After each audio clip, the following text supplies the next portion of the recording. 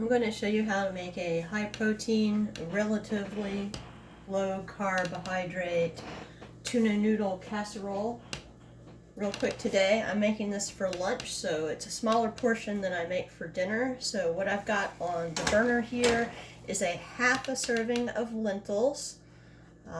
So it's 1/8 of a cup, and I've just got those where they're cooked most of the way done, not quite all the way done. And to that, I'm going to add a half a serving of green peas. I've weighed those out. As you can see, it was a heaping 1/4 cup, but I went by weight, so that is what it turned out to be. And then I'm just going to add a little more water to that so the peas will cook.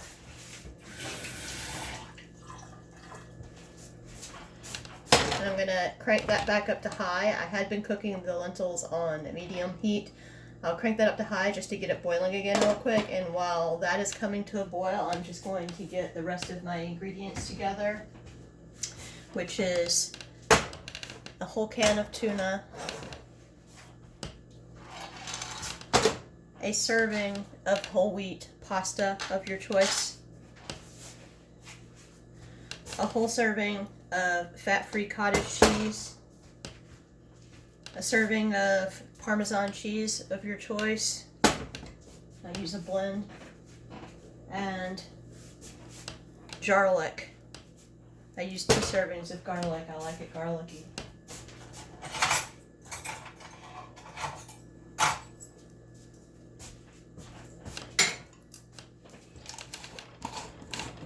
I'm going to go ahead and add the garlic.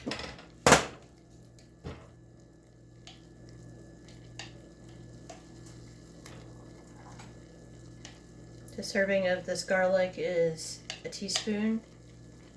So there's 2 teaspoons of garlic. And I like to put things away as I go, so I'm just going to put my garlic in the fridge.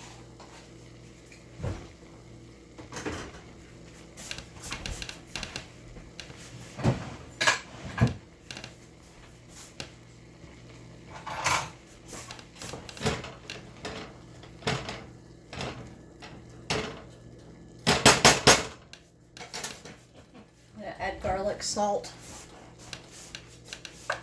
You could obviously use less garlic in this if you don't like garlic, but garlic is the main flavor that I put in it.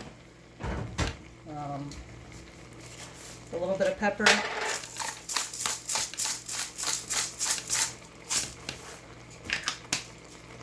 If you wanted to, you could add more seasonings. This is sufficient for me. I put a lot more seasoning in other things that I cook, but not this particular casserole. I like for the cheese and the tuna flavor to be the predominant flavors, and tuna has lots of flavor, so I don't think it needs a lot of seasoning. But obviously that's a white person talking, so you may want to add other things. I usually put thyme in everything I cook, but not this. Alright, so the peas have started cooking, the garlic started cooking. I'm going to add my pasta straight in. This is uncooked pasta. And I'm just going to do that. And then I'm going to add enough water just so it has some liquid. I literally added probably a 1/4 cup of water. Less than a half a cup. So you can see there's liquid in there, but it's not fully covering the noodles. That's fine.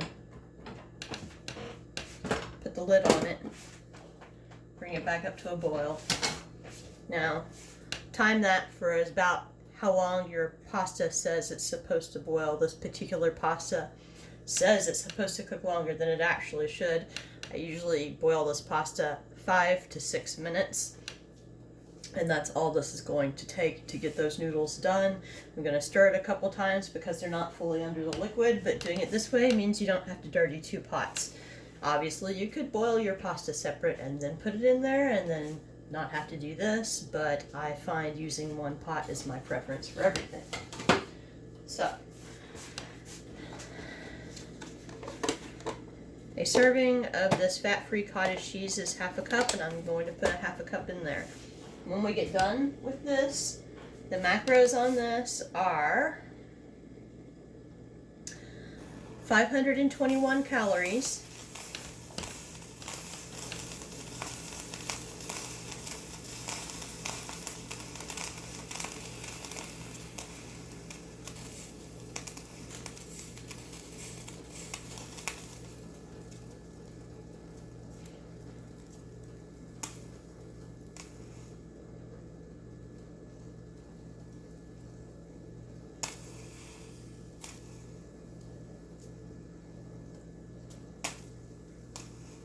Took me a minute to pull it up in the app. 521 calories, 71.4 grams of carbohydrates, 3.5 grams of fat, and 54.6 grams of protein. So it's over 40% of your recommended daily allowance of protein if you're like me and you push a lot of protein. I try to eat a gram of protein per every pound of my body weight every day because that's what you need in order to build muscle.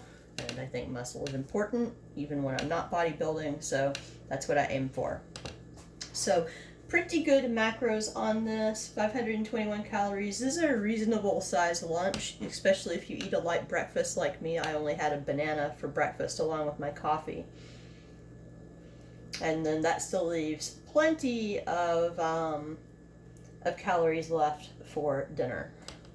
Even if I don't exercise, that's still going to leave me with 800 calories for the rest of the day, even when I'm only limiting myself to 1,500 calories because I'm trying to lose weight.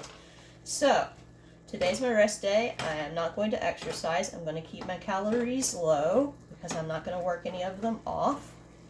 You can see that's cooking down. The pasta is getting soft. The ones that were under the water are softer than others. So if you find you get to this point and it's not quite there, just add some more water like I'm about to.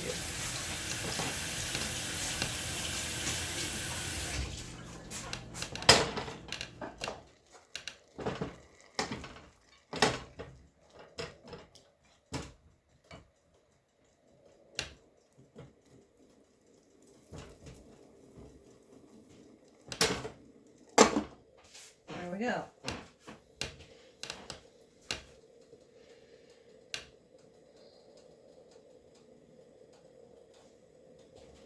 Now, traditionally, a casserole like this is first prepared on the stove, like I'm about to do, and then it's transferred into a baking dish.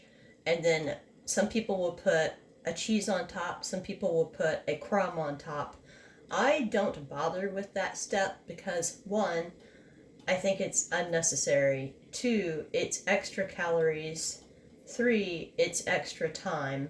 4, it's an extra dish to have to clean. So, for all of those reasons, I do not actually bake my casseroles. I just eat them after the first half of the step is done.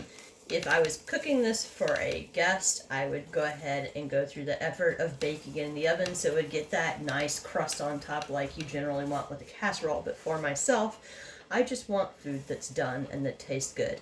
And to me, that step is totally not necessary to accomplish that.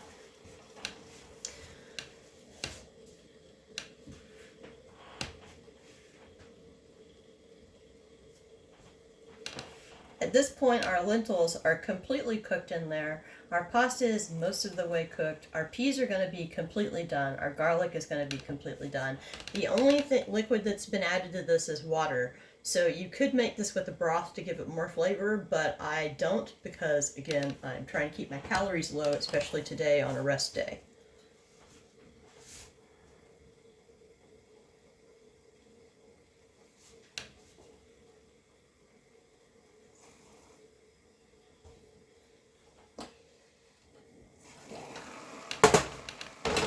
Okay, now you can see those noodles have softened up.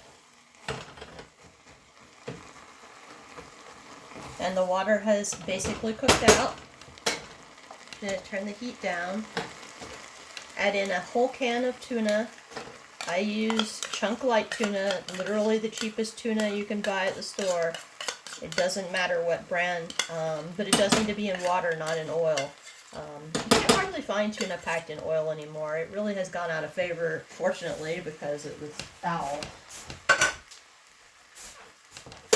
Alright, so we've got our tuna in there, and now we're going to add a whole serving of cottage cheese with a half a cup. I have a 1/4 cup measure, so it's just going to be 2 full scoops of a 1/4 cup of cottage cheese to make a 1/2 cup total. This is a fat-free cottage cheese, so the only thing you're adding in here basically is sodium, a lot of sodium, protein, and calories. So, those are all things I'm not as scared of at all.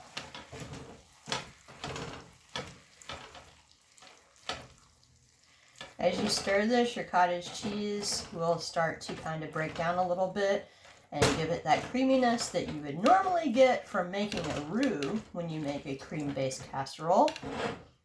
But for a roux, you start with the oil and then you add flour, which are both completely unnecessary in this case because you can just use cottage cheese.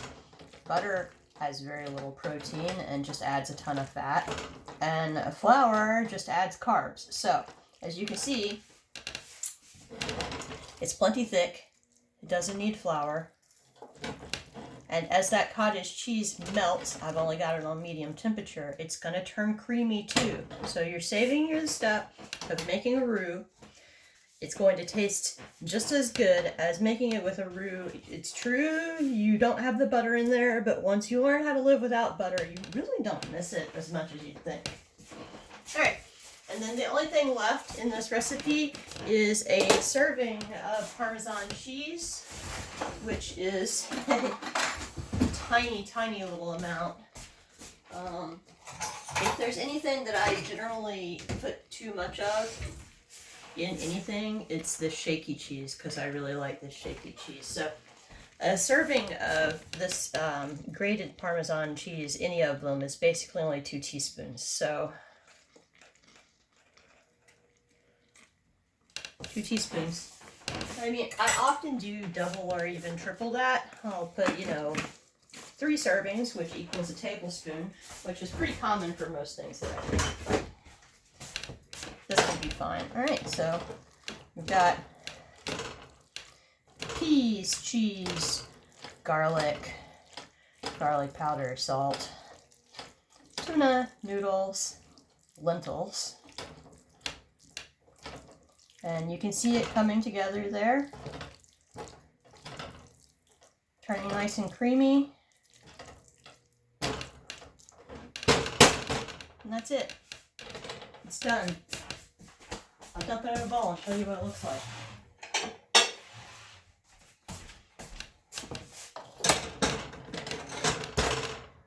This is an oven-safe bowl, so if I wanted to bake it, I could just bake it directly in here. You can see how it's creamy, it's cheesy, it's got a vegetable in it because of the peas. It's extremely high in protein.